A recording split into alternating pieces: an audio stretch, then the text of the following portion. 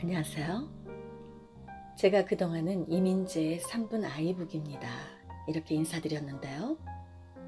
오늘부터는 안녕하세요. 꿈을 드리는 이민재의 드림북이라고 인사드리게 됐습니다. 많은 분들이 관심을 갖고 조언해 주시기를 아이북의 아이가 한자 사랑의 자의 중국어 발음인 아이로 책사랑의 좋은 의미인 건 알고 있지만 언뜻 어린이들만을 위한 좁은 테두리가 느껴지신다고 해서 바꾸게 됐습니다. 드림북은 책이 전해주는 메시지로 사랑과 행복을 꿈꾸시게 되기를 소망하는 의미를 담고 있습니다. 앞으로도 여러분들이 책을 통해 꿈을 그려보실 수 있도록 끊임없이 노력하겠습니다. 네, 그럼 작품을 소개해 드릴까요? 오늘은 세상에서 가장 아름다운 이야기라는 부제를 지닌 어린 왕자를 들려드릴까 합니다. 프랑스의 비행 조종사 출신인 생떼쥐베르의 작품인데요. 아마도 많은 분들이 한 번 이상은 다 읽어보셨을 겁니다. 저도 어린 시절부터 몇 번 읽었고 이번에 들려드리기 위해서 또 읽어보니까 그 환상적인 감독이 또 느껴졌습니다. 비행기 고장으로 사막에 불시착한 주인공이 어떤 별에서 온 어린 왕자를 만나면서 벌어지는 이야기죠. 어린 왕자의 순수한 눈으로 보는 세상과 해맑은 말 한마디 한마디가 가치 있는 것들에 대해 마음의 눈을 뜨게 해주고 있습니다. 그럼 밤하늘의 수많은 별 중 어딘가에 살고 있을 어린 왕자를 만나러 함께 떠나보실까요? 6살 적에 나는 경험담이라는 제목의 원시름에 대한 책에서 굉장한 그림 하나를 보았다. 그 그림은 맹수를 삼키고 있는 보아뱀을 묘사하고 있었다. 책에는 이렇게 쓰여 있었다. 보아뱀은 먹이를 씹지 않고 통째로 삼킨다. 그런 다음 더 이상 움직이지 않고 소화가 되는 반년 동안 잠을 잔다. 그때 나는 정글의 모험에 대해 아주 많은 생각을 했었고 그 결과 색연필로 내 생애 첫 번째 그림을 그리는 데 성공했다. 그건 나의 1호 그림이다. 난 나의 걸작을 어른들에게 보여주었고 그 그림이 무서운지 물었다. 어른들은 내게 대답했다. 모자가 왜 무섭겠어? 내가 그린 그림은 모자가 아니었다. 그건 코끼리를 소화시키고 있는 보아뱀이었다. 그래서 난 어른들이 이해할 수 있도록 보아뱀의 뱃속을 그렸다. 어른들은 언제나 설명이 필요하다. 어른들은 내게 속이 들여다 보이거나 들여다 보이지 않는 보아뱀 그림은 덮어두고 지리, 역사, 산수와 문법에 관심을 가지라고 충고해 주었다. 내 나이 6살에 화가라는 멋진 작업을 포기하게 된 것은 이 때문이다. 나는 1호 그림과 2호 그림의 실패에 낙심했었다. 어른들은 혼자 힘으로는 절대 아무것도 이해하지 못한다. 그렇다고 계속해서 어른들에게 설명을 해주자니 그건 어린이에겐 너무 피곤한 일이다. 그래서 난 다른 직업을 선택해야만 했고 비행기 조종을 배웠다. 난 세상 이곳저곳을 비행했다. 이때 지리는 확실히 많은 도움이 되었다. 한번 흘낏 보기만 해도 중국과 미국의 애리조나주를 가려낼 수 있었다. 지리는 밤에 길을 잃었을 때도 아주 유용했다. 난 살아가면서 사려 깊은 사람들을 수없이 만났다. 어른들과도 많은 시간을 지내며 아주 가까이서 지켜보기도 했다. 하지만 그걸로 어른에 대한 내 생각이 크게 바뀌진 않았다. 난 좀 통찰력 있어 보이는 어른을 만날 때마다 계속 지니고 다니던 내 1호 그림을 보여주며 시험해 보았다. 난 그 사람이 내 그림을 진짜로 이해할 수 있는지 알고 싶었다. 하지만 대답은 한결같았다. 이건 모자야. 그래서 나는 보아밤에 대해서도 원시림에 대해서도 별에 대해서도 이야기하지 않았다. 난 카드 게임에 대해서, 골프에 대해서, 정치와 넥타이에 대해서 이야기했다. 그러면 어른들은 분별력 있는 사람을 알게 되었다며 아주 만족해했다. 이런 이유로 나는 6해 전 사하라 사막에서 비행기가 고장났을 때까지 진심을 털어놓을 사람 하나 없이 홀로 지냈다. 고장을 일으킨 건 엔진 속의 무언가였다. 정비사도 승객도 함께한 것이 아니었기 때문에 혼자서 비행기를 고쳐야 했다. 그 일은 나에게 죽느냐 사느냐의 문제였다. 내게는 고작 일주일 남짓 마실 물밖에 없었다. 첫 번째 날 밤, 난 사람들이 살고 있는 곳에서 수천 마일 떨어진 사막의 모래 위에서 잠들었다. 나는 한없이 크고 넓은 바다에 떠있는 뗏목의 조난자보다 훨씬 더 고립돼 있었다. 그러니 해 뜰 무렵 작고 여린 목소리가 나를 깨웠을 때 얼마나 놀랐을지 상상이 갈 거다. 그 목소리는 이렇게 말했다. 미안하지만 양을 한 마리 그려줘. 뭐라고? 양 한 마리만 그려줘. 나는 벼락을 맞은 것처럼 벌떡 일어났다. 그러고는 두 눈을 비비고 찬찬히 바라보았다.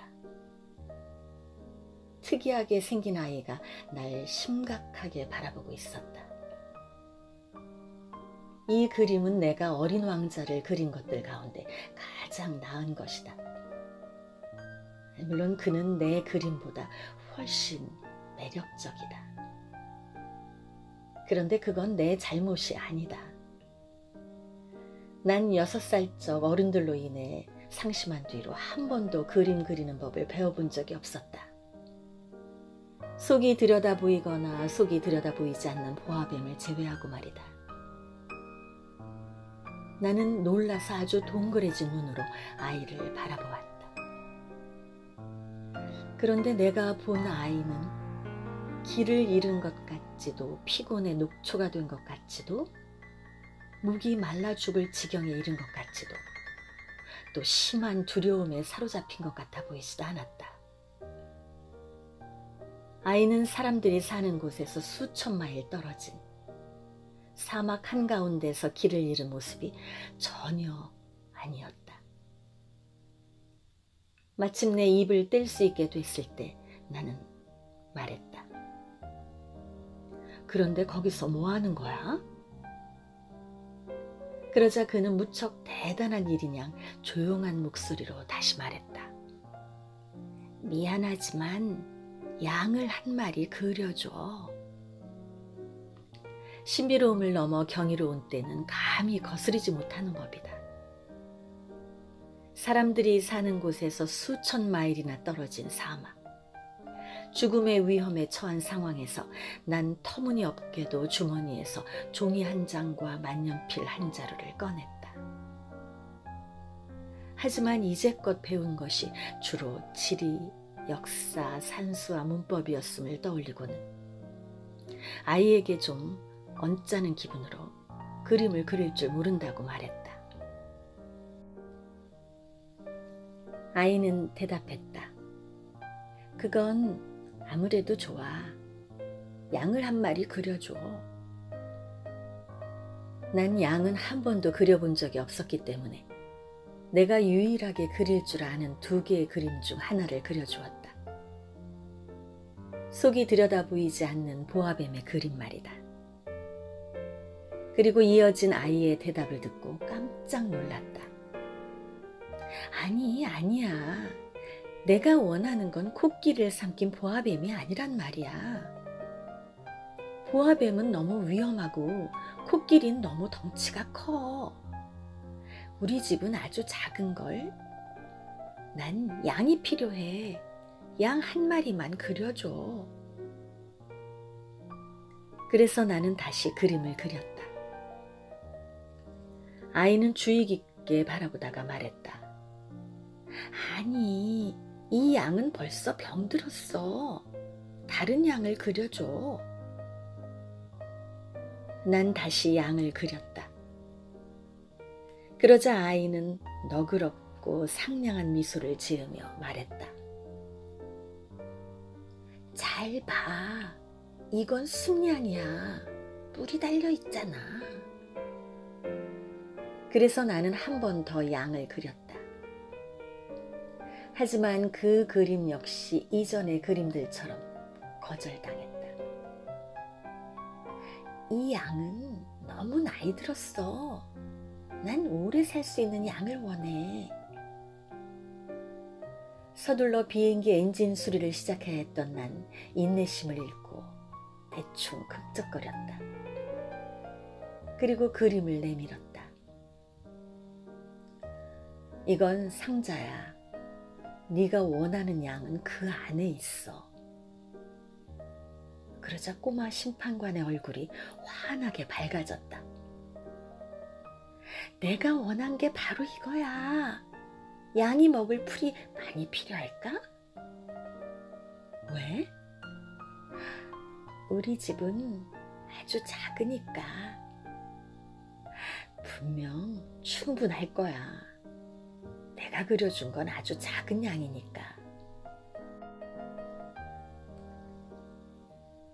아이는 고개를 숙여 그림을 보았다. 그렇게 작진 않은데? 봐, 양이 잠들었어. 이렇게 해서 난 어린 왕자를 알게 됐다. 그가 어디에서 왔는지 이해하는 데는 오랜 시간이 걸렸다.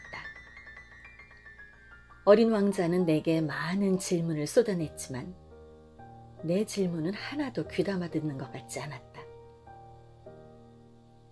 조금씩 모든 걸 알게 된 건 그가 우연히 말한 것들 덕분이었다.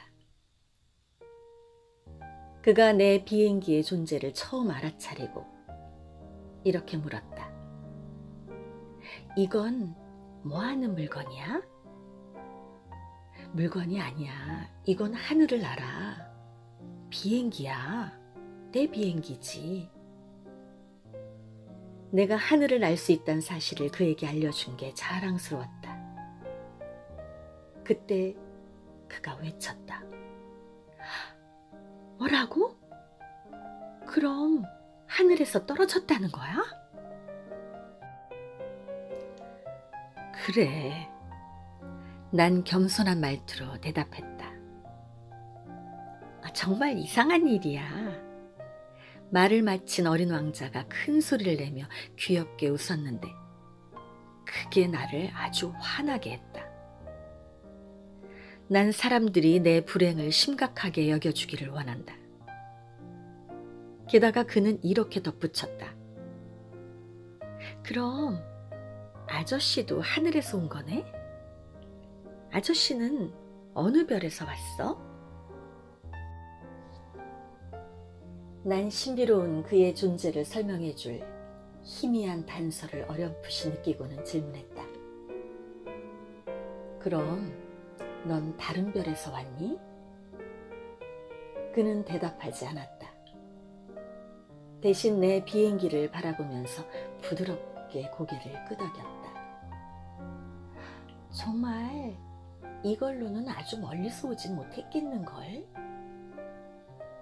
그는 오랫동안 생각에 잠겼다. 그러고는 내가 그려준 양을 주머니에서 꺼내 보물처럼 자세히 들여다보았다. 그가 반쯤만 털어놓은 다른 별들이란 비밀 얘기에 얼마나 호기심이 솟아났는지 모른다. 넌 어디서 왔니? 집은 어디야? 양을 어디로 데려가려는 거지? 어린 왕자는 잠시 생각에 잠겨 말을 멈추었다가 대답했다. 아저씨가 준 상자 말이야. 밤엔 집으로 쓸 수 있을 것 같아서 좋아. 물론 착하게 굴면 낮 동안 양을 메어둘 끈도 하나 그려줄게. 말뚝도 같이. 어린 왕자는 내 말에 충격을 받은 것 같았다. 양을 메어둔다고? 정말 놀라운 생각이야. 하지만 메어두지 않으면 양은 제멋대로 가버릴 거야. 양을 잃어버릴지도 몰라. 내 친구 어린 왕자는 다시 한번 웃음을 터뜨렸다. 양이 어디로 간단 말이야. 어디로든 앞으로 곧장. 그러자 어린 왕자는 심각하게 말했다. 괜찮아. 내 별은 아주 작은 걸.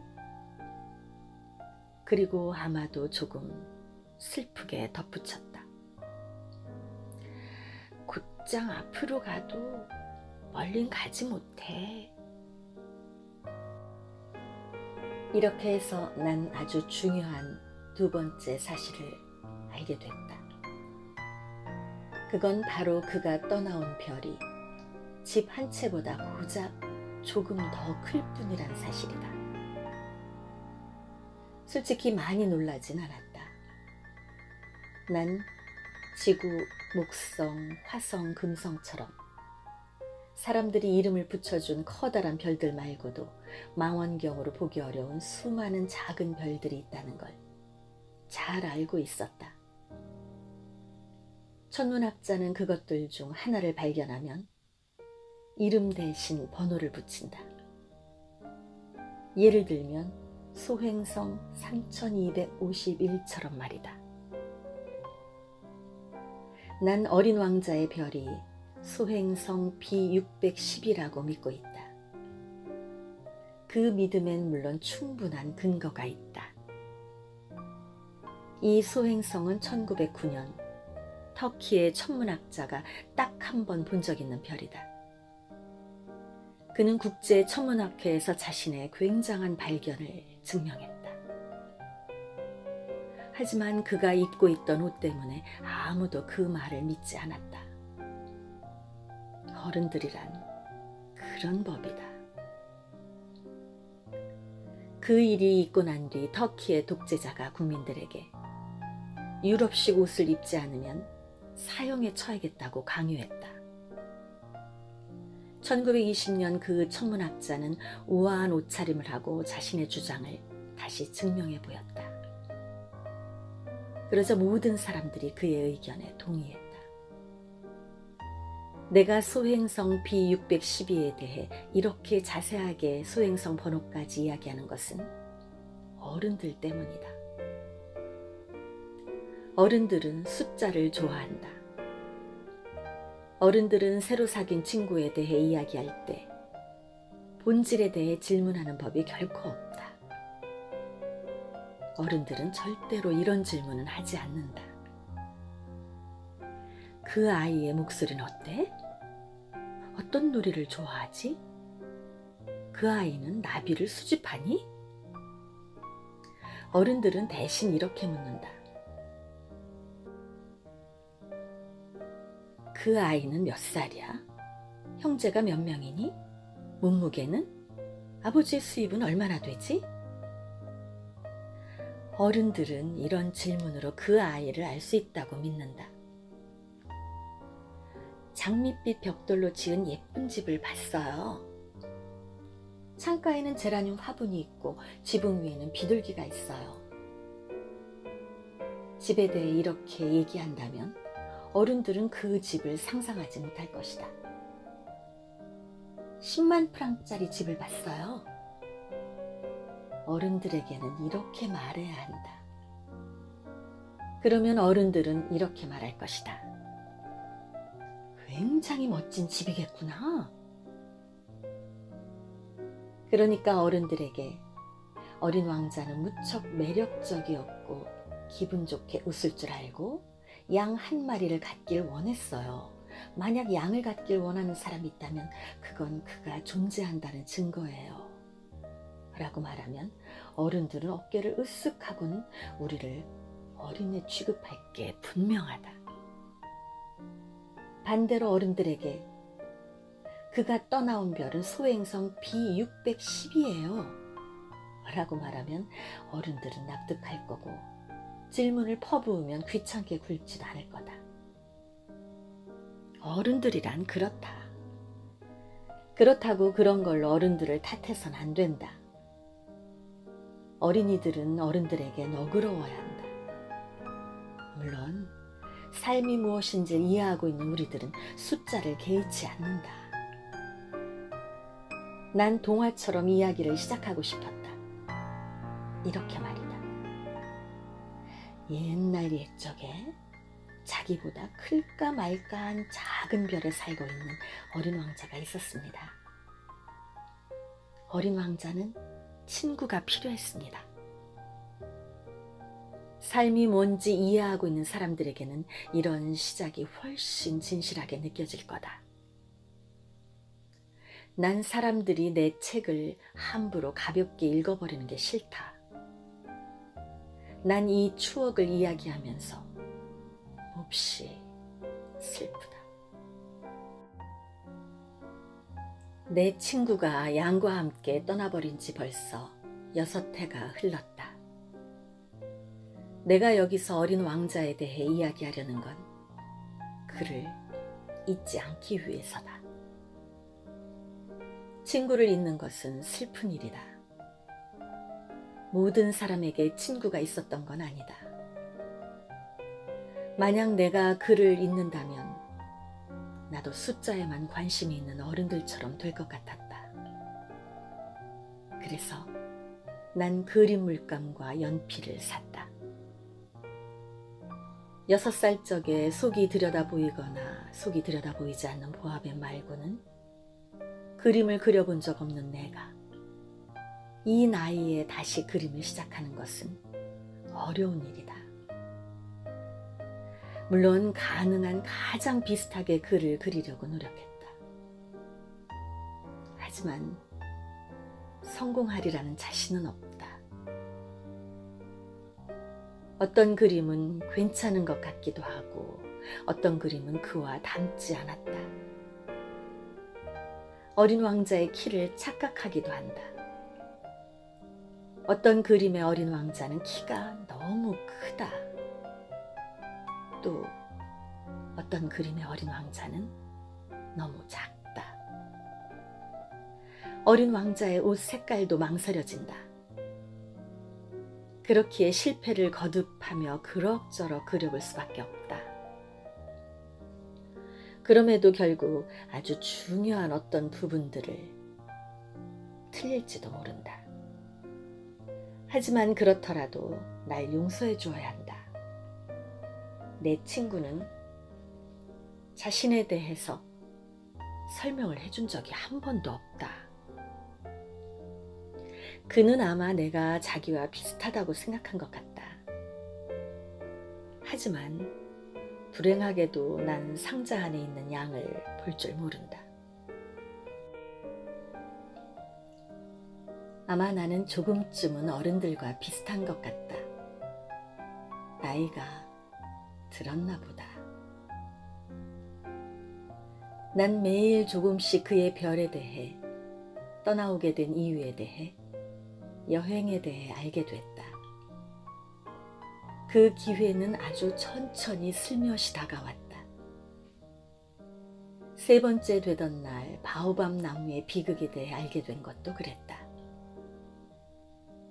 이번에도 양 덕분이었는데 어린 왕자는 심각한 의심에 사로잡힌 얼굴로 불쑥 물었다. 양이 정말로 작은 나무를 먹어? 그래. 아, 다행이야. 양이 작은 나무를 먹는 게 왜 그렇게 중요한 일인지 난 이해하지 못했다. 어린 왕자는 말을 덧붙였다. 그러니까 양은 바오밥 나무도 먹겠지? 난 어린 왕자에게 바오밥 나무는 작은 나무가 아니라 성당처럼 커다란 나무이며 코끼리 떼를 물고 간다고 하더라도 바오밥 나무 한 그루도 먹어치우지 못할 것이라고 일러주었다. 코끼리 떼를 떠올렸는지 어린 왕자는 웃음을 터뜨렸다. 그럼 코끼리들을 포개 놓으면 되잖아. 그리고 이어서 지혜로운 말을 내놓았다.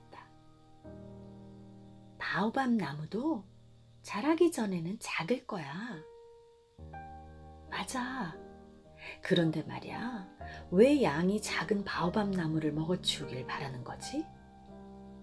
아이, 참. 당연한 걸 묻는다는 듯이 어린 왕자는 대답했다. 그리고 나는 대답의 뜻을 이해하기 위해 열심히 생각해야 했다. 어린 왕자의 별에는 모든 별들에서 그렇듯이 좋은 풀과 나쁜 풀이 있었다. 따라서 좋은 풀의 씨앗과 나쁜 풀의 씨앗도 있었다. 하지만 씨앗은 눈에 잘 보이지 않는다. 씨앗은 그중 하나가 문득 잠에서 깨어나야겠다는 생각이 들 때까지 대지 깊은 곳에서 비밀스럽게 잠들어 있다. 그러다 기지개를 켜고 태양을 향해서 보드라운 어린 싹을 수줍게 내민다. 그게 만약 작은 모나 장미나무의 싹이라면 마음대로 자라도록 내버려 두어도 좋다. 하지만 나쁜 풀의 싹이라면 당장에 뽑아버려야 한다. 그런데 어린 왕자의 별에는 끔찍한 씨앗이 있었다. 그건 바오밥 나무의 씨앗이었다. 그 별에는 바오밥 나무의 씨앗이 가득 퍼져 있었다. 바오밥 나무는 너무 늦으면 뽑아낼 수 없게 되어버린다. 그렇게 되면 별은 바오밥 나무로 뒤덮이게 될 것이다. 바오밥 나무의 뿌리는 별을 꿰뚫어 파고든다. 이 작은 별에 바오밥 나무가 너무 많으면 별은 산산조각 나고 말 것이다. 그건 규칙의 문제야. 나중에 어린 왕자가 내게 말했다. 아침에 몸단장을 마치면 별도 정성스럽게 단장시켜 주어야 해.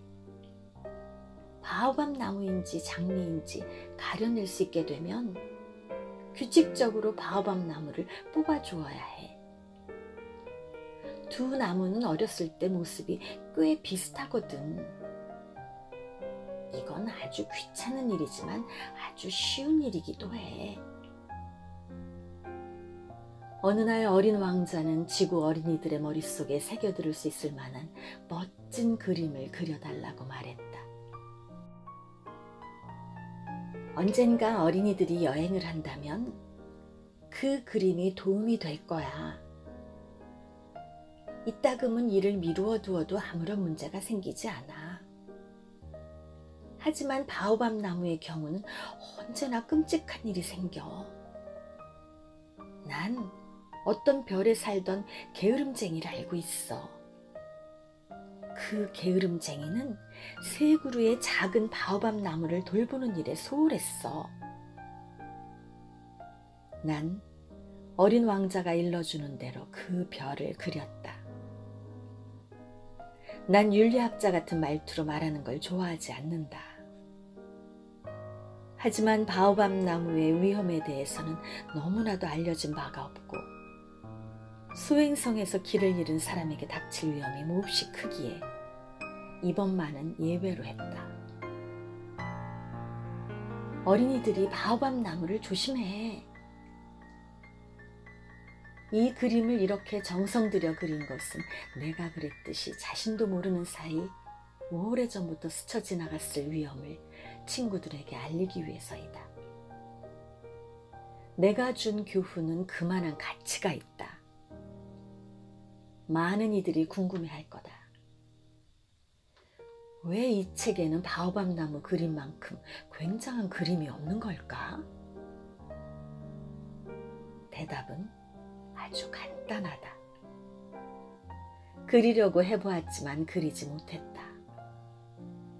바오밥 나무를 그릴 때 난 위험하다는 생각에 흥분했었다. 난 이렇게 조금씩 어린 왕자의 단순하고 서글픈 삶에 대해 알아갔다. 오랫동안 어린 왕자가 즐거움을 느낄 만한 일은 해질녘의 부드러움을 바라보는 것밖에 없었다. 이 새로운 사실은 4번째 날 아침에 알게 됐다. 어린 왕자는 이렇게 말했다. 난 해 지는 모습을 아주 좋아해. 우리 해 지는 거 보러 가자. 기다려야 해. 뭘 기다려? 해가 지길 기다려야지. 어린 왕자는 순간 깜짝 놀란 것 같더니 이내 웃음을 터뜨리며 말했다. 계속 내 별에 있는 줄 알았어. 누구나 아는 것처럼 미국이 정오일 때 프랑스는 해가 진다. 순식간에 프랑스로 갈 수만 있다면 해가 지는 것을 볼 수 있을 것이다. 그렇지만 불행하게도 프랑스는 너무 멀리 있다. 하지만 작디 작은 어린 왕자의 별에서는 앉아있던 의자를 몇 발자국 뒤로 물리는 걸로 충분했다. 그러면 어린 왕자는 원할 때마다 석양을 볼 수 있었다. 어느 날인가 해 지는 걸 43번이나 본 적이 있어. 그는 잠시 뒤 말을 덧붙였다. 아저씨도 알지? 마음이 아주 슬플 때 해 지는 모습을 보는 걸 좋아하게 된다는 걸. 43번이나 해 지는 걸 본 날은 그렇게나 많이 슬펐던 거야? 어린 왕자는 아무런 대답도 하지 않았다. 5번째 날, 언제나처럼 양 덕분에 어린 왕자의 삶의 비밀을 또 하나 알게 됐다. 어린 왕자는 오랫동안 조용히 생각했던 문제였던 것처럼 불쑥 물어왔다. 양은 작은 나무를 먹으니까 꽃도 먹겠지? 양은 닥치는 대로 무엇이든지 다 먹어. 가시가 있는 꽃도? 가시가 있는 꽃도. 가시는 어떤 쓸모가 있어? 난 그것에 대해 알지 못했다. 그때 나는 비행기 엔진에 꽉 조여있던 볼트 하나를 푸느라 정신이 없었다. 비행기 고장이 생각했던 것보다 더 심각하다는 걸 깨달았고 마실 물도 떨어져 가고 있었다. 난 혹시 모를 최악의 상황에 대해 걱정하기 시작했다.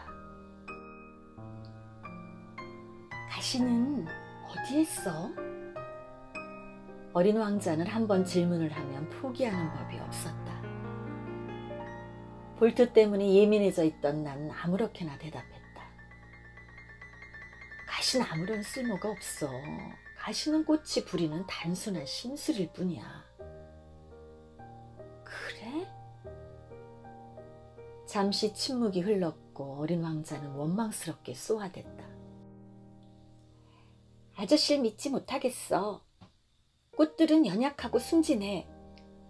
꽃들은 최선을 다해서 두려움에서 벗어나려는 것뿐이야. 가시가 달려있으면 자기들이 무섭게 보일 거라고 생각하고 있다고. 난 아무 대답도 하지 않았다. 그 순간 난 이런 생각을 하고 있었다. 이번에도 볼트가 풀리지 않으면 망치로 부숴서라도 빼내는 게 좋겠어. 어린 왕자는 한 번 더 내 생각을 방해했다. 아저씨는 정말 그렇게 생각해? 꽃들이 아니, 아니, 난 아무 생각도 없어. 그냥 아무렇게나 대답한 거야. 난 지금 중요한 일을 해야 한다고. 어린 왕자는 놀라서 나를 바라보았다. 중요한 일이라고? 어린 왕자는 기름이 묻어 더러워진 손으로 망치를 들고 그의 눈에 흉측해 보였을 게 분명한 어떤 물체를 향해 몸을 숙이고 있는 나를 바라보고 있었다. 아저씨는 어른들처럼 말하는구나. 그 말에 난 조금 부끄러워졌다. 어린 왕자는 인정사정 없이 말을 덧붙였다. 아저씨는 모든 걸 혼동하고 있어. 모든 걸 뒤죽박죽으로 만들어버렸다고. 어린 왕자는 몹시 화가 나 있었다. 온통 황금빛인 어린 왕자의 머리카락이 바람에 흔들렸다. 난 빨간 피부의 신사가 살고 있는 별에 대해 알아. 그는 단 한 번도 꽃향기를 맡아본 적이 없어. 별을 바라본 적도 없고 누구를 사랑해 본 적도 없어. 계산하는 것 말곤 다른 걸 해본 적이 없는 사람이야. 그 사람은 하루 종일 아저씨처럼 이렇게 말해. 난 중요한 일을 하는 사람이야. 난 성실한 사람이라고. 그의 마음은 자만으로 가득 차 있어. 하지만 그는 사람이 아니야. 버섯이라고. 뭐라고? 버섯이라고. 어린 왕자는 너무 화가 나 얼굴이 새하얘져 있었다. 수백만 년 전부터 꽃들은 가시를 만들어 왔어. 양들이 꽃을 먹은 것도 수백만 년 전부터야. 그런데도 꽃들이 애써 가시를 만드는 이유를 알아내는 게 심각한 일이 아니라고? 양들과 꽃들의 전쟁이 중요하지 않다는 거야? 그게 빨간 얼굴에 뚱뚱한 신사가 하는 계산보다 더 심각하고 중요한 일이 아니라고? 만일 내가 내 별을 제외하고는 어디에도 없는 세상에 단 하나뿐인 꽃을 알고 있다고 해. 그런데 어느 날 아침 어린 양이 자기가 뭘 하는지도 모르고 단번에 그 꽃을 먹어버릴 수도 있는데 그게 중요하지 않다고? 얼굴이 빨갛게 달아오른 어린 왕자가 계속 말했다. 누군가 수백만 수천만 개가 되는 별들 가운데 단 한 송이만 피어있는 꽃을 사랑한다면 그 사람은 별들을 바라보기만 해도 충분히 행복할 거야. 그 사람은 내 꽃이 어딘가 있을 거야 라고 생각할 테니까. 하지만 양이 꽃을 먹어버린다면 그 사람에겐 모든 별들이 갑자기 빛을 잃어버리는 것보다 더 불행한 게 어디 있겠어. 그러니 그게 중요하지 않다고?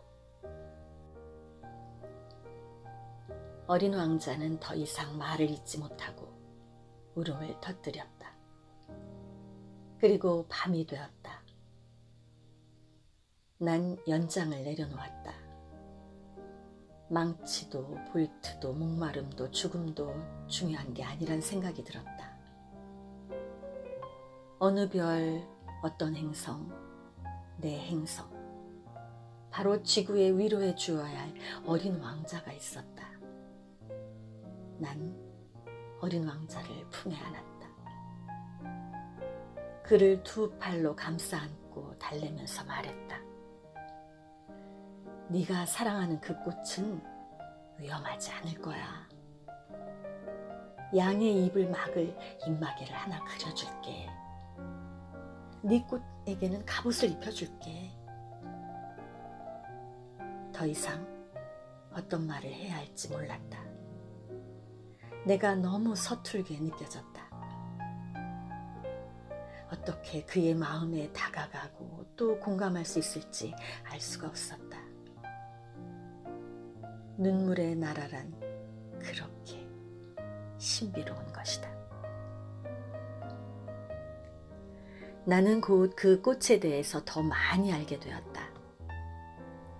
어린 왕자의 별에는 꽃잎이 하나뿐인 소박한 꽃들만 있었다. 그 꽃들은 자리를 많이 차지하지도 않았고 누굴 귀찮게 하지도 않았다. 꽃들은 어느 날 아침 풀 속에 나타났다가 저녁이면 사라졌다. 어느 날 어디서 실려왔는지 모를 씨앗에서 싹이 돋았다. 어린 왕자는 다른 싹들과 닮지 않은 그 싹을 가까이서 지켜보았다. 어쩌면 새로운 종류의 바오밥 나무일 수도 있었다. 하지만 그 작은 나무는 곧 성장을 멈추었고 꽃을 피울 준비를 했다. 커다란 꽃봉우리가 맺히는 걸 본 어린 왕자는 곧 경이로운 일이 벌어지리라고 느꼈다. 꽃은 초록색 방 안에 숨어 아름다워질 준비를 했는데 준비는 여간에서 끝나지 않았다. 꽃은 정성 들여 자신의 빛깔을 선택했다. 천천히 옷을 입었고 꽃잎을 한 장씩 정돈했다. 꽃은 개 양귀비처럼 헝클어진 모습으로 피어나고 싶어 하지 않았던 거다. 그 꽃은 자신이 가장 빛나고 아름다울 때, 그때 피어나고 싶어 했다. 그 꽃은 자신을 자랑하기 좋아하는 꽃이었던 것이다. 그 신비로운 단장은 몇 날 며칠이 걸렸다. 그러던 어느 날 아침, 정확히 해뜰녘에 꽃이 모습을 드러냈다. 그렇게 세심하게 치장을 한 꽃은 하품을 하면서 말했다. 겨우 일어났네. 미안해요. 내 머리 온통 헝클어졌죠? 어린 왕자는 감탄하지 않을 수 없었다. 정말 아름다워. 꽃이 부드럽게 대답했다. 그렇죠? 난 태양과 같은 시간에 태어났거든요. 어린 왕자는 꽃이 겸손하지 않다는 걸 눈치챘다. 하지만 그 꽃은 감동적일 정도로 아름다웠다. 이제 곧 아침 식사 시간일 것 같은데 제 식사도 준비해 주시겠어요? 어린 왕자는 당황했지만 곧 물뿌리개를 찾고 시원한 물을 담아 꽃에 뿌려주었다. 그 뒤로 꽃은 까다로운 허영심으로 어린 왕자를 꽤 귀찮게 했다. 예를 들어 어느 날인가는 자기가 가진 4개의 가시 이야기를 하다가 어린 왕자에게 말했다. 호랑이가 발톱을 세우고 달려들어도 문제없어요. 내 별에는 호랑이가 없어. 그리고 호랑이는 풀을 먹지 않아. 난 풀이 아니에요. 미안. 난 호랑이는 하나도 무섭지 않지만 바람 부는 건 무서워요. 바람을 막아줄 만한 건 없나요? 바람이 무서운 식물이라니. 이 꽃은 아주 까다로운걸. 밤이 되면 내게 유리덮개 씌워줘요. 당신의 별은 너무 추워요. 주변도 별로고요. 내가 살던 곳은... 꽃은 갑자기 말을 멈추었다. 꽃은 씨앗의 모습으로 이곳에 왔다. 그렇기에 다른 세상이 어떤지는 알 수 없었다. 순진한 척 거짓말을 꾸며내려다 들킨 게 부끄러워진 꽃은 어린 왕자에게 잘못을 뒤집어 씌우려는 듯 2-3번 기침을 했다. 바람 막아줄 건 어디 있어요? 찾으려 가려던 참에 말을 걸었잖아. 꽃은 어린 왕자가 미안한 마음을 가지게 할 작정으로 더 세게 기침을 했다. 어린 왕자는 꽃을 사랑하는 마음으로 선의를 베풀었지만 이내 꽃을 의심하기 시작했다. 꽃이 아무렇게나 꺼낸 중요하지 않은 말을 심각하게 받아들였고 그 말로 인해 불행해졌다. 어느 날 어린 왕자가 털어놓았다. 꽃이 하는 말을 주의 깊게 듣는 게 아니었어. 꽃이 하는 말은 절대로 들으면 안 돼. 그저 바라보고 향기만 맡아야 해. 내 꽃은 내 별을 향기롭게 했지만 난 그걸 즐길 줄을 몰랐어. 나를 짜증스럽게 했던 발톱 이야기도 불쌍히 여기고 보듬었어야 했는데. 어린 왕자는 말을 이었다. 그때 난 아무것도 몰랐어. 꽃의 말이 아니라 행동으로 판단했어야 했는데 내 꽃은 나를 향기롭게 해주고 빛나게 해줬어. 내 꽃으로부터 도망쳐서는 안 되는 거였어.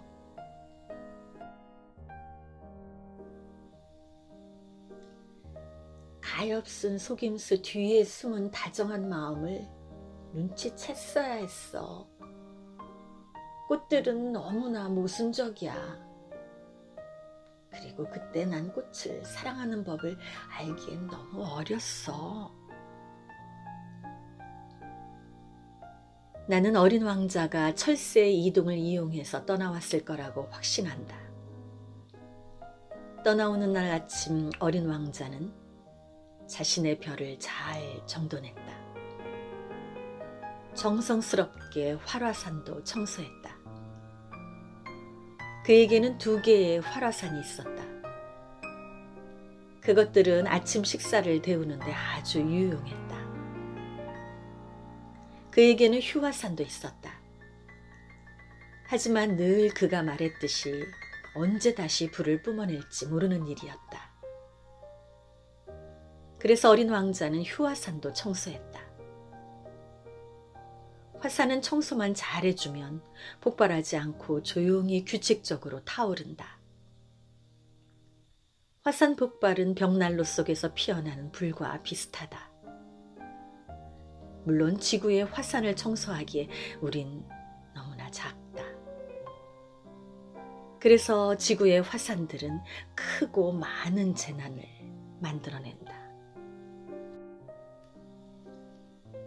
어린 왕자는 조금 슬픈 마음으로 마지막 남은 바오밥 나무의 싹도 뽑아냈다. 이 별에 다시 되돌아오는 일은 없을 거라 생각했기 때문이다. 그래서일까? 매일 아침 해오던 모든 일들이 더없이 소중하게 느껴졌다. 어린 왕자는 마지막으로 꽃에 물을 주었고 유리덮개를 씌울 준비를 했다. 울음이 터져나올 것 같았다. 안녕. 그가 꽃에게 말했다. 하지만 꽃은 대답이 없었다. 잘 있어. 어린 왕자가 다시 한번 말했다. 그러자 꽃이 기침을 했다. 감기에 걸린 탓이 아니었다. 그리고 마침내 꽃이 말했다. 내가 어리석었어요. 미안해요. 행복해지길 바랄게요. 어린 왕자는 꽃이 가시돋친 말을 하지 않아 놀랐다. 어리둥절한 그는 유리덮개를 미처 씌워주지도 못했다. 이토록 침착하고 다정한 꽃이라니 이해할 수 없었다. 난 당신을 사랑해요. 하지만 당신은 아무것도 몰랐어요. 그건 내 잘못이에요. 지금에 와서 그건 하나도 중요하지 않아요. 그렇지만 당신도 나만큼이나 바보였어요. 난 당신이 행복해졌으면 해요. 유리덮개는 그만 치워줘요. 이제 필요 없으니까요. 하지만 바람이 그렇게까지 추위에 약하진 않아요. 시원한 바람이 오히려 내게 더 좋을 거예요. 난 꽃이니까요. 하지만 벌레들이 나비와 만나려면 애벌레 2~3마리는 참아내야죠. 나비는 정말 아름다운 것 같아요. 나비가 아니면 누가 날 찾아와 주겠어요? 당신은 멀리 가버릴 텐데. 벌레들은 하나도 무섭지 않아요. 난 가시가 있거든요. 꽃은 내게 4개의 가시를 보여주었다. 그리고 덧붙였다. 그렇게 꿈을 대지 마세요. 신경 쓰이니까. 떠나기로 했으면 빨리 가버리라고요. 꽃은 어린 왕자에게 우는 모습을 보이고 싶지 않았다. 그렇게나 자존심이 센 꽃이었다. 어린 왕자는 소행성 325호, 326호, 327호, 328호, 329호, 그리고 330호 주변을 여행하고 있었다. 그는 일거리를 찾고 새로운 것도 배우기 위해 그 별들을 살펴보기로 했다. 첫 번째 별에는 왕이 한 명 살고 있었다. 왕은 자줏빛 천과 흰 담빛 모피로 만든 옷을 입고 아주 단순하지만 위험 있어 보이는 옥좌에 앉아 있었다. 신하가 한 명 왔군. 어린 왕자를 발견한 왕이 외쳤다. 어린 왕자는 이상하게 생각했다. 한 번도 본 적이 없는데 어떻게 나를 알아보는 거지? 어린 왕자는 왕들의 세상이 아주 단순하다는 걸 알지 못했다. 왕에게 모든 사람들은 신하였다. 너를 잘 볼 수 있도록 가까이 다가와 보아라. 새로운 신하가 생겼다는 사실에 의기양양해진 왕이 어린 왕자에게 말했다. 어린 왕자는 눈으로 앉을 곳을 찾았지만 그 별은 호화로운 흰 담비 모피로 뒤덮여 있었다. 어린 왕자는 계속 서 있을 수밖에 없었고 피곤함이 몰려와 하품을 했다. 그러자 왕이 말했다. 왕 앞에서 하품을 하는 건 예절에 어긋나는 일이다. 앞으로 하품을 금하겠다. 어린 왕자는 당황해하며 대답했다. 하품은 참을 수 있는 게 아닌걸요? 전 아주 긴 여행을 했고 잠도 제대로 자지 못했어요. 그러한가? 그렇다면 하품하는 걸 허하겠노라. 하품하는 사람을 본 게 몇 년 만인지 모른다. 오랜만에 보니 그거 참 신기하구나. 자, 하품을 더 해보거라. 이건 명령이다. 명령이라고 말씀하시니 겁이 나서 하품이 나오지 않아요. 어린 왕자가 얼굴을 붉히며 말했다. 그러자 왕이 어린 왕자에게 말했다. 그렇다면 어떤 땐 하품을 하고 또 어떤 때는. 왕은 언짢은 내색을 보이며 횡설수설했다. 왕은 무엇보다도 자신의 권위가 존중되기를 바라고 있었다. 자신이 내린 명령을 거역하는 것을 참을 수 없었다. 그는 전제군주였다. 하지만 왕은 꽤 훌륭한 사람이기도 해서 이치에 맞지 않는 명령은 내리지 않았다. 그는 이렇게 말한 적이 있다. 내가 만약 어떤 장군에게 바닷새로 변하라고 명령했는데 그 장군이 명령을 거역했다면 그건 장군의 잘못이 아니다. 그건 내 잘못이다. 앉아도 될까요? 어린 왕자가 머뭇거리며 물었다. 앉기를 명하노라. 왕은 흰 담비 모피로 만든 화려한 외투자락을 위엄 있게 당기며 대답했다. 어린 왕자는 혼란스러웠다. 별은 아주 작았다. 왕은 대체 무엇을 다스리고 있는 것일까? 폐하, 무엇 하나 여쭈어봐도 될까요?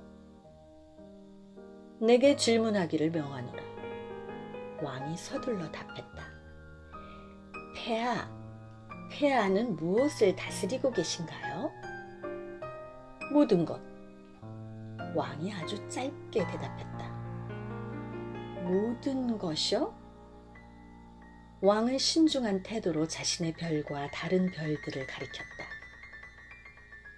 저 별들을 모두 다스리신다고요? 그래, 저 별을 모두.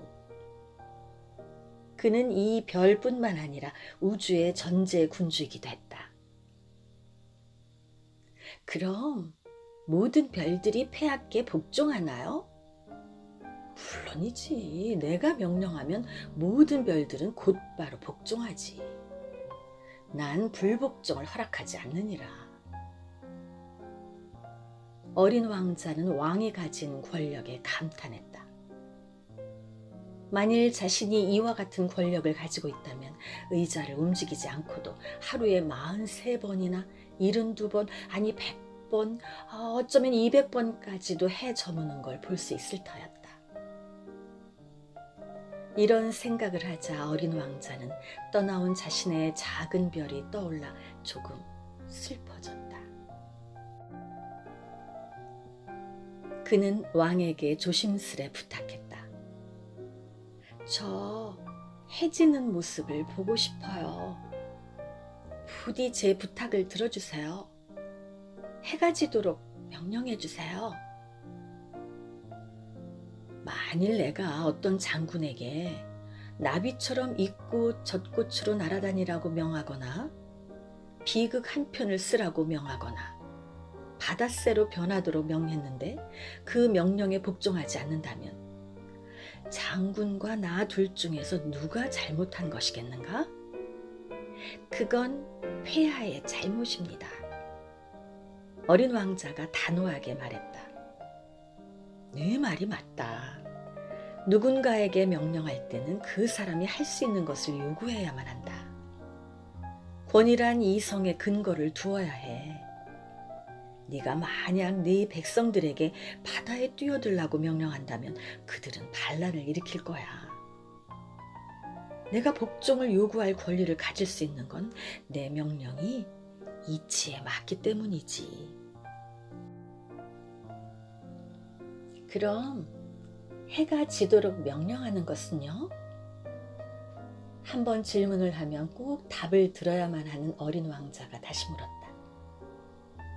넌 해가 지는 걸 볼 수 있을 게다. 내가 명령을 내려줄 테니까. 하지만 조건이 갖추어질 때까지 기다려야 한다. 그건 내가 별들을 다스리는 통치 이념이니라. 언제까지 기다리면 될까요? 어린 왕자가 물었다. 그건 오늘 저녁 7시 40분쯤일 것이니라. 그때가 되면 내 명령에 어떻게 복종하는지 알게 될 게다. 어린 왕자는 하품이 나왔다. 곧바로 해 지는 걸 보지 못하게 된 게 아쉬웠다. 그리고 벌써 조금 지루해졌다. 여기에서는 더 이상 할 일이 없어요. 떠나야겠습니다. 어린 왕자가 왕에게 말했다. 떠나지 마. 신하를 갖게 된 것이 자랑스러웠던 왕이 대답했다. 떠나지 말거라. 떠나지 않는다면 널 장관으로 삼을 것이다. 무슨 장관이요? 법무부 장관. 하지만 이 별에는 재판을 받을 사람이 아무도 없는걸요? 그건 모르는 일이다. 난 아직 내 왕국을 모두 살펴보지 못했다. 난 나이가 아주 많고 마차를 타자니 둘 자리가 없더구나. 그렇다고 걸어 다니기엔 너무 힘이 들고. 아, 제가 벌써 다 봤는걸요. 저 건너편에도 아무도 없어요. 어린 왕자는 몸을 숙여 별의 저쪽 편을 힐끗 쳐다보았다. 그럼 너 자신을 심판하거라. 그게 가장 어려운 일이니라.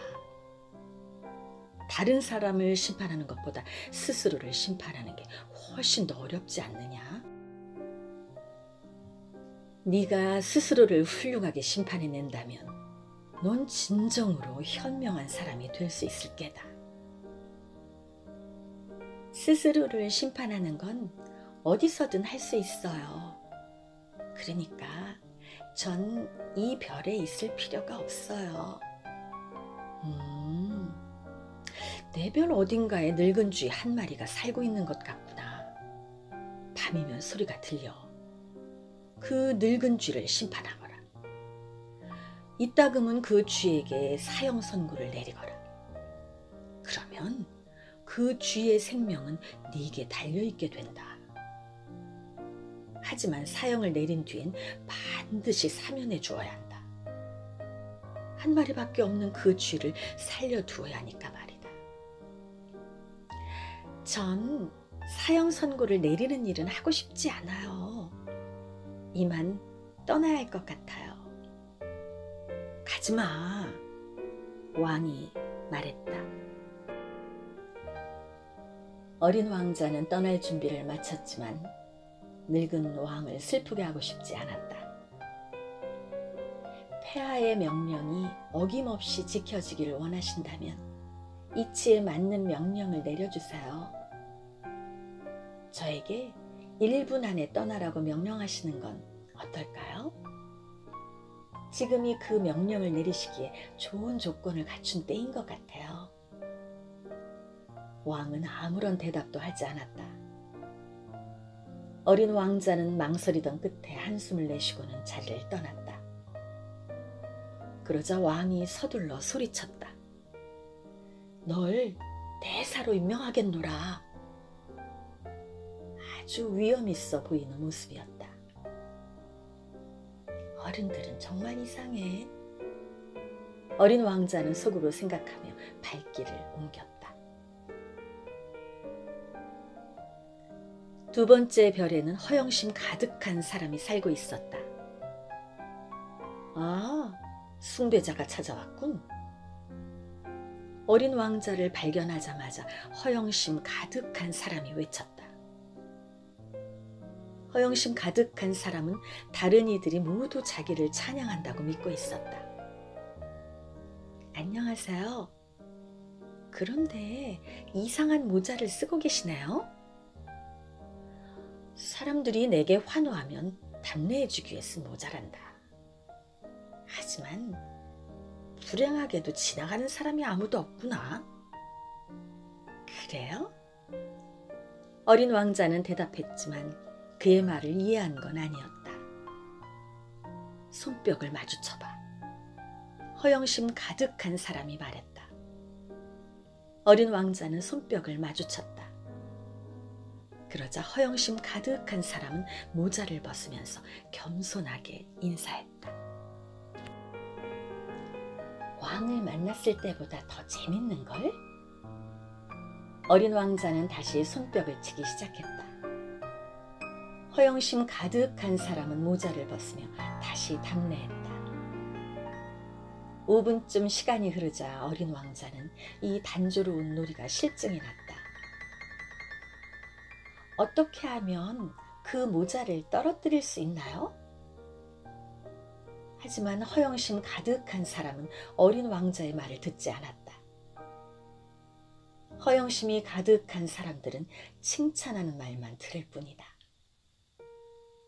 넌 진심으로 나를 숭배하니? 그가 어린 왕자에게 물었다. 숭배한다는 게 무슨 의미예요?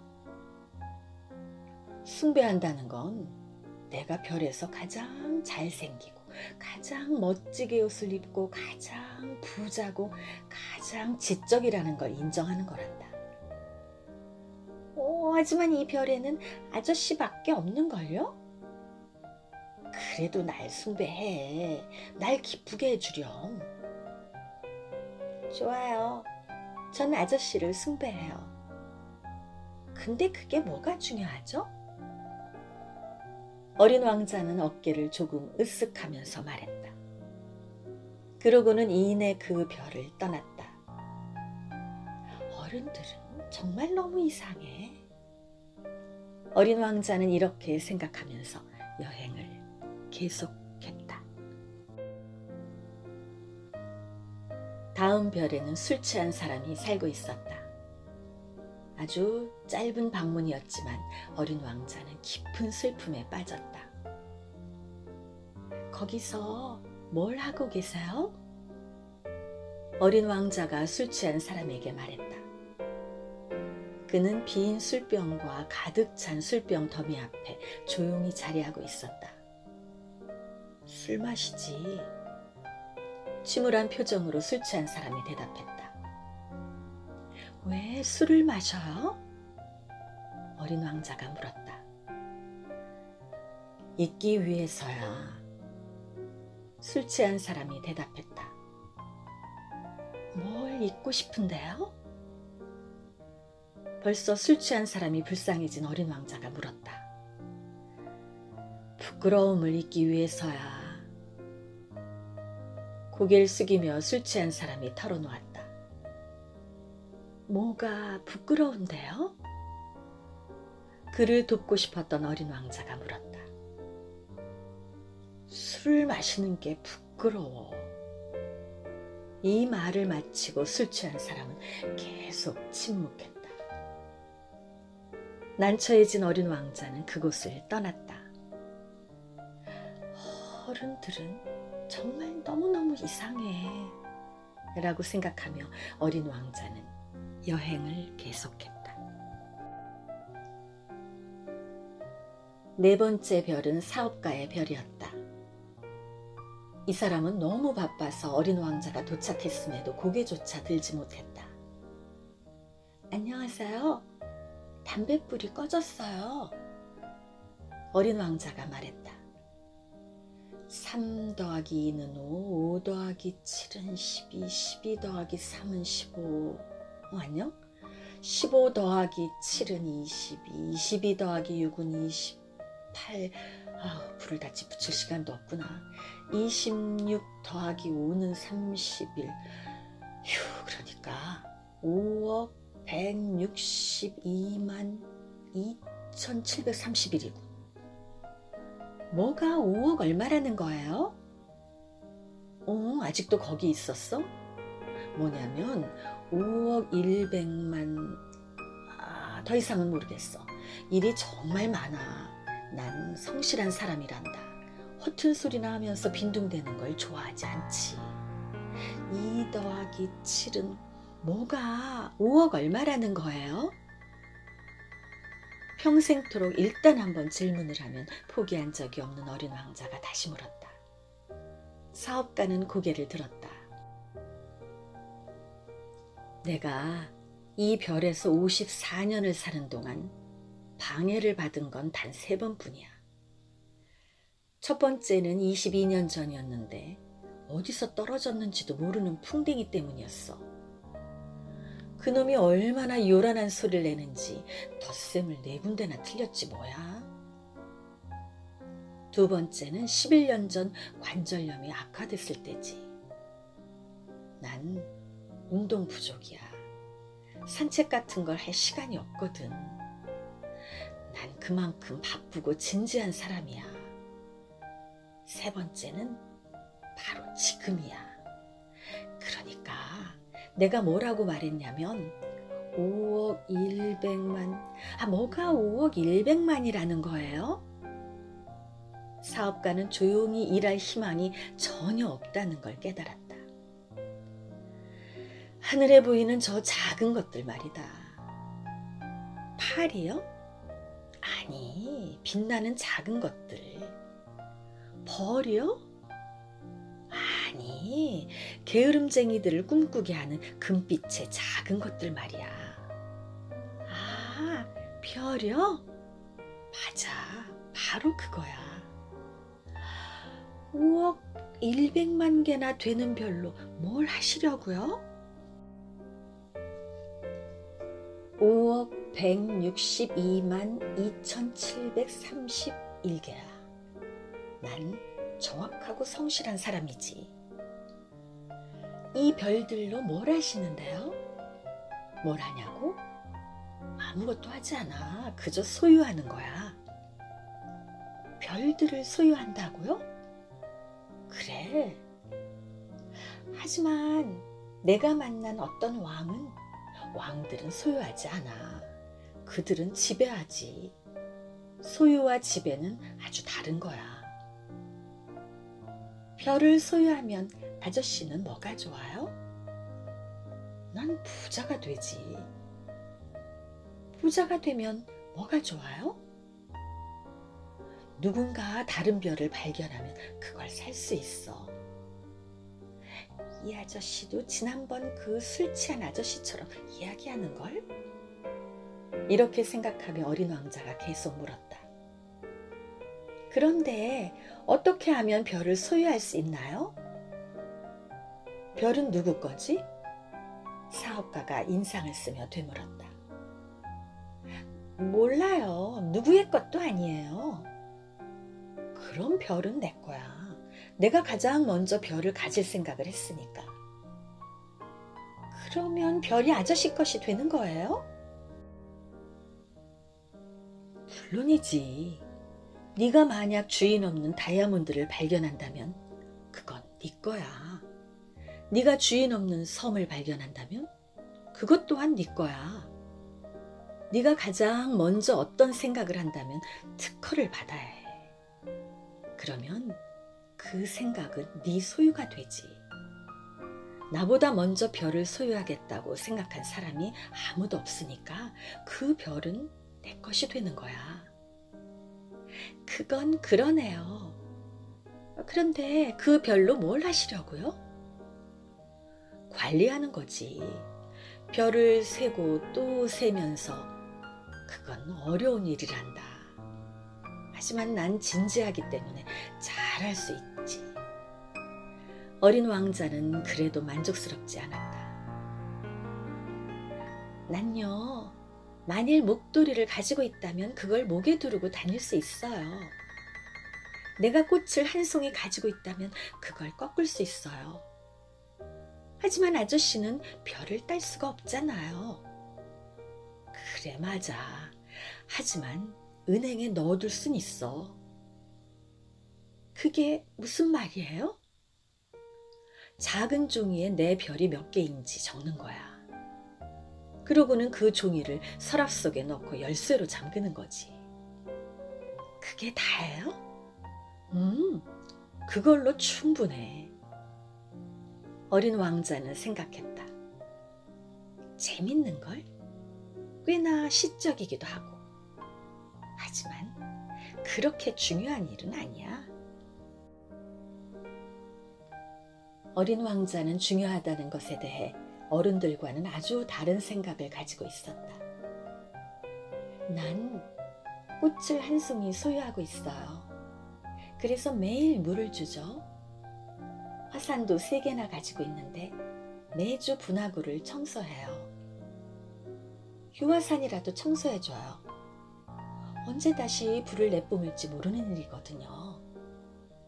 내가 그들을 소유한다는 건 내 꽃이나 내 화산에게는 유익한 일일 거예요. 그런데 아저씨는 별들에게 그다지 유익해 보이지 않아요. 사업가는 입을 열었지만 대답할 말을 찾지 못했다. 그래서 어린 왕자는 그 별을 떠났다. 어른들은 정말 완전 이상해 라고 중얼거리면서. 5번째 별은 아주 특이했다. 그 별은 지금까지 여행했던 그 어떤 별보다 작았다. 그곳은 가로등 하나와 가로등 켜는 사람 1명이 겨우 서 있을 만한 공간밖에 없었다. 어린 왕자는 집 한 채에 사람 1명도 없는 하늘 어딘가의 별에 가로등과 가로등 켜는 사람이 왜 필요한지 이해할 수 없었다. 그래서 속으로 이렇게 생각했다. 이 사람은 분명 엉뚱한 사람일 거야. 하지만 왕 허영심 가득한 사람, 사업가, 술 취한 사람보단 나을 거야. 적어도 이 사람은 의미 있는 일을 하고 있으니까 말이야. 가로등을 켜는 일은 하나의 별에 한 송이 꽃을 피어나게 하는 것과 같아. 그가 가로등을 끄면 별이나 꽃도 잠이 드는 거고, 그건 아주 아름다운 일이야. 아름답기 때문에 유익한 일이기도 해.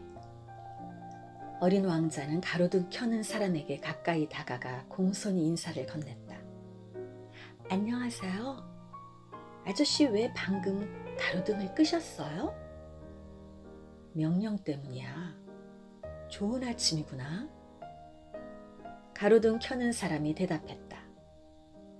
명령이라니 무슨 소리예요? 가로등을 끄라는 거지. 잘 자렴. 그러고는 가로등을 다시 켰다. 왜 방금 가로등을 다시 켜셨어요? 명령이니까. 가로등 켜는 사람이 대답했다. 무슨 말인지 이해를 못하겠어요. 어린 왕자가 말했다. 이해할 필요는 없어. 명령은 명령이니까. 잘 잤니? 가로등 켜는 사람이 말하며 다시 가로등을 껐다. 그러고는 붉은 바둑판 무늬 손수건으로 이마에 땀을 닦았다. 내 일은 정말 끔찍한 작업이야. 예전에는 그래도 합리적이었지. 아침에 불을 끄고 저녁이 되면 불을 켰으니까. 나머지 낮 시간에는 쉬었고 밤 시간에는 잠을 잘 수가 있었어. 그런데 명령이 바뀐 거군요. 명령은 바뀌지 않았어. 바로 그게 비극이지. 별은 해마다 점점 빨리 도는데 명령은 바뀌지 않으니까. 그래서요? 어린 왕자가 말했다. 지금 별은 1분에 한 바퀴씩 돌고 난 1초도 쉴 수가 없어. 1분에 한 번씩 불을 켰다 꺼야 해. 정말 이상해요. 아저씨가 사는 별에서는 하루가 1분이네요. 하나도 이상하지 않아. 우리가 이야기를 나누는 동안 벌써 한 달이 지났단다. 가로등 켜는 사람이 말했다. 한 달이요? 그래, 30분이니까 30일이지. 잘 자. 말을 마친 그는 다시 가로등에 불을 켰다. 어린 왕자는 그를 바라보았고 명령에 그토록 충실한 이 사람이 좋아졌다. 어린 왕자는 의자를 뒤로 물리면서까지 해지는 풍경을 보려고 했던 지난날이 떠올랐다. 그는 친구를 돕고 싶었다. 저 아저씨가 쉬고 싶을 때 쉴 수 있는 방법이 있어요. 난 언제나 쉬고 싶단다. 가로등 켜는 사람이 말했다. 사람이란 누구나 성실하면서도 동시에 게으를 수도 있는 거니까. 어린 왕자가 계속 말했다. 아저씨의 별은 아주 작아서 3걸음이면 한 바퀴를 돌 수 있어요. 천천히 걷기만 해도 언제나 해를 볼 수 있어요. 쉬고 싶으면 걸으면 돼요. 그러면 원하는 만큼 낮이 길어질 거예요. 그런다고 내게 큰 도움이 되진 않아. 내가 정말 원하는 건 잠을 자는 거거든. 그것 참 안 됐네요. 어린 왕자가 말했다. 할 수 없지 뭐. 좋은 아침. 그는 다시 가로등을 껐다. 어린 왕자는 다시 길을 떠나 여행하면서 이렇게 생각했다. 왕이나 허영심 가득한 사람, 술 취한 사람, 사업가는 저 사람을 한심하다고 생각할 수도 있어. 하지만 내가 보기에 우스꽝스럽지 않은 사람은 저 사람뿐이야. 저 사람은 자기 자신이 아닌 다른 일에 몰두하고 있기 때문이야. 어린 왕자는 아쉬운 마음에 한숨을 내쉬며 생각을 이었다. 지금까지 만난 사람 중에 유일하게 친구로 삼을 만한 사람이었는데, 하지만 저 사람의 별은 너무 작아. 두 사람이 있을 공간이 없어. 어린 왕자가 축복받은 그 별을 잊지 못하는 이유는 그 별에서는 24시간 동안 1444번이나 해가 지는 것을 볼 수 있기 때문이었다. 어린 왕자는 차마 스스로에게도 이 고백을 할 수 없었다. 6번째 별은 먼저 별보다 10배나 더 큰 별이었다. 그 별에는 엄청나게 큰 책을 쓰고 있는 노신사가 살고 있었다. 오, 탐험가가 한 명 왔군. 어린 왕자를 발견한 그가 외쳤다. 어린 왕자는 테이블 위에 앉아서 숨을 돌렸다. 이렇게 긴 여행은 처음이었다. 어디서 오는 거지? 노신사가 어린 왕자에게 물었다. 이 두꺼운 책은 뭐예요? 여기서 뭘 하고 계세요? 어린 왕자가 말했다. 난 지리학자야. 노신사가 말했다. 지리학자가 뭐예요? 바다, 강, 도시, 산과 사막이 어디에 있는지 아는 사람이란다. 그거 참 재밌겠는걸요? 드디어 직업다운 직업을 가진 분을 만났어요. 말을 마친 어린 왕자는 지리학자의 별을 둘러보았다. 이렇게 웅장한 별을 본 것은 처음이었다. 할아버지의 별은 정말 아름다워요.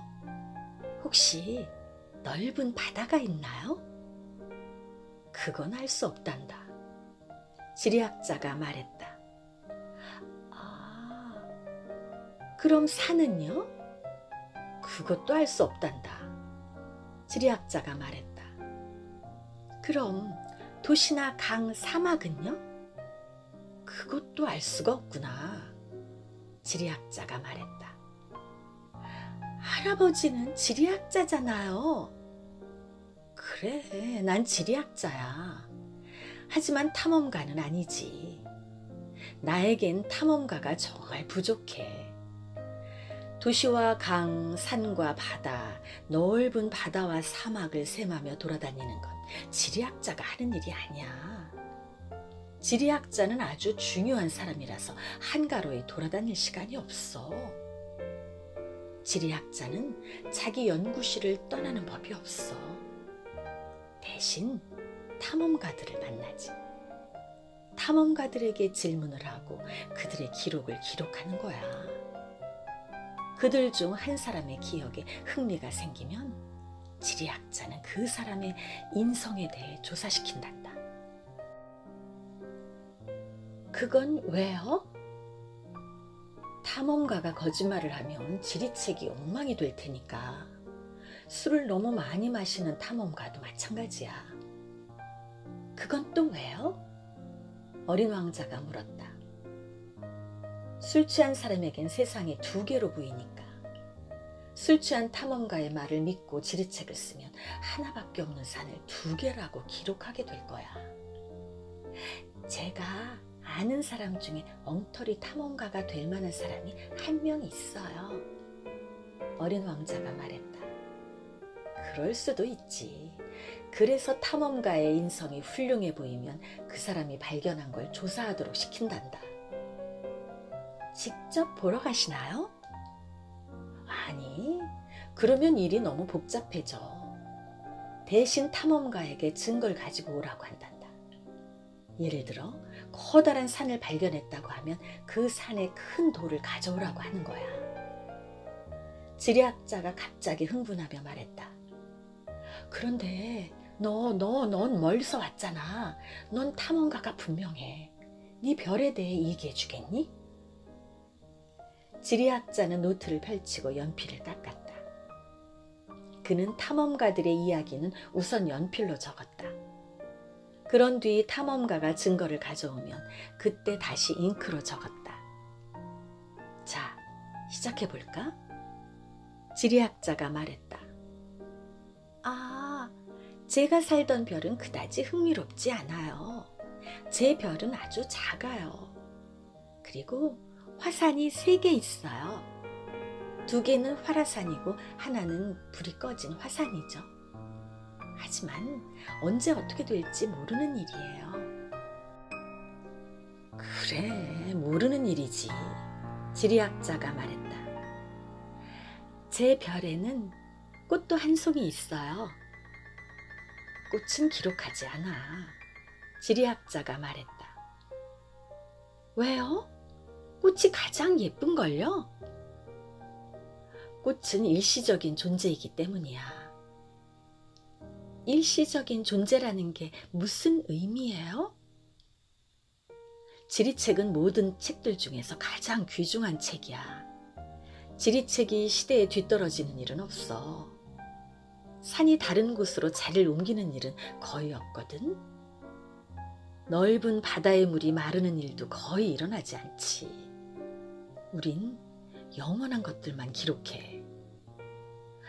하지만 불이 꺼진 화산은 다시 깨어날 수 있어요. 그런데 일시적인 존재가 뭐예요?